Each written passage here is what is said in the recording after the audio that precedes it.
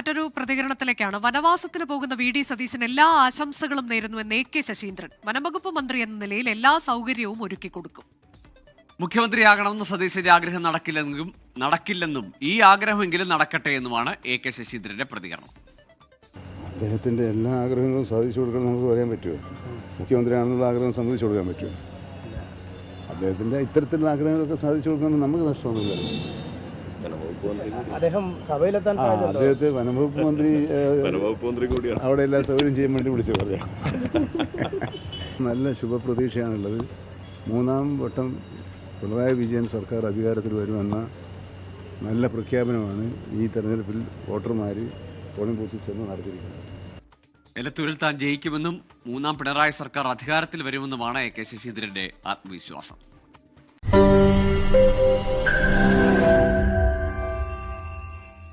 ലോകത്തെവിടെയായാലും ഏത് സമയത്തും 24 വാർത്തകളും ഓഗ്മെന്റഡ് റിയാലിറ്റി പാക്കേജുകളും എക്സ്പ്ലെയിനറുകളും വിശദമായി കാണാൻ ഞങ്ങളുടെ YouTube ചാനൽ നിങ്ങൾക്ക് സബ്സ്ക്രൈബ് ചെയ്യാം.